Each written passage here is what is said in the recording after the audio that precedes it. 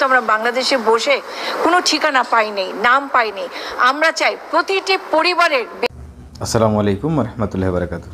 প্রিয় বন্ধুরা, বাংলাদেশ কোটা বিরোধী আন্দোলনে যারা যেসব প্রবাসীরা দেশে থেকে অংশগ্রহণ করতে না পেরে সেই আনন্দটা, সেই অধিকার, খুব আন্দোলন তারা প্রবাসের মাটিতেই করেছেন।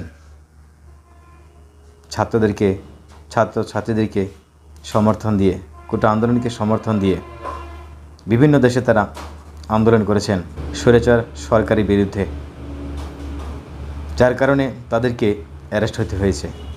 বিভিন্ন দেশেই আমরা জানি প্রবাসীরা অ্যারেস্ট হয়েছে বিভিন্ন দেশের প্রশাসনের হাতে। প্রিয় বন্ধুরা, আমরা এটাও জানি সংযুক্ত আরব আমিরাতে 57 জন বাংলাদেশি অ্যারেস্ট হয়েছেন, কারাগারে আছেন। প্রিয় বন্ধুরা, তাদের জন্য আজকের এই ভিডিওটি অত্যন্ত আনন্দের হতে যাচ্ছে। সংযুক্ত আরব আমিরাতের বিষয়ে বর্তমান সরকার ঘোষণা দিয়েছেন তাদেরকে যত তাড়াতাড়ি সম্ভব, যেভাবে সম্ভব জেল থেকে বের করে তাদেরকে স্বস্থানে বহাল রাখার চেষ্টা করবেন। প্রিয় বন্ধুরা, তারা একটি জিনিস নিয়ে খুব চিন্তিত আছেন, কে কোথায় আছেন, কার ঠিকানা কি, সেটা কিন্তু তারা জানতেছে না। তো সবার কাছে অনুরোধ থাকবে, সকল প্রবাসীরা ভিডিওটি বেশি বেশি শেয়ার করবেন। আর যারা জেলে আছে তাদের নাম ঠিকানা কেউ জানতেছে না সরকার পক্ষের। তো আপনারা তাদের যে যেখানে আছেন, যেভাবেই তাদেরকে চেনেন জানেন, আপনারা সবাই তাদের নাম ঠিকানা, তাদের সম্পূর্ণ বায়োডাটা আপনারা দিয়ে সরকারের যে কোনো ঊর্ধ্বতন কর্মকর্তার কাছে দিয়ে আপনারা সহযোগিতা করবেন।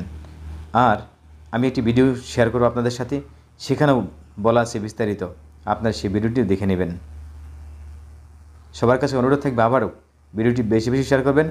সকল ভাই বোনদের যারা অ্যারেস্ট হয়েছেন তাদের নাম ঠিকানা দিয়ে তাদেরকে উপকৃত করবেন। এবং আমরা চাইব তারাও যেন জেল থেকে বীরের বেশে বেরিয়ে আসে। যেহেতু কোটা আন্দোলনের কারণে তাদেরকে জেলে যেতে হয়েছে, তারাও একজন বীর, কারণ তাদের যে আন্দোলন ছিল সেটা এখন সফল হয়েছে। আমরা চাইব অতি তাড়াতাড়ি তারা বেরিয়ে আসুক, বর্তমান যে স্বাধীনতা সেটির স্বাদ তারা উপভোগ করুক। ধন্যবাদ। ইউএতে যোগাযোগ করেছেন এবং আবুধাবিতে দণ্ড দেওয়া হয়েছে, কনভিকশন দেওয়া হয়েছে।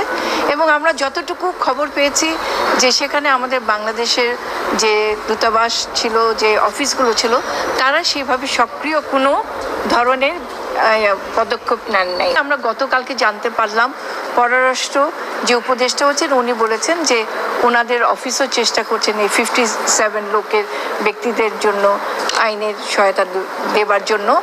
এবং তার সঙ্গে সঙ্গে বলেছেন যে আমাদের প্রধান উপদেষ্টাও চেষ্টা করছেন।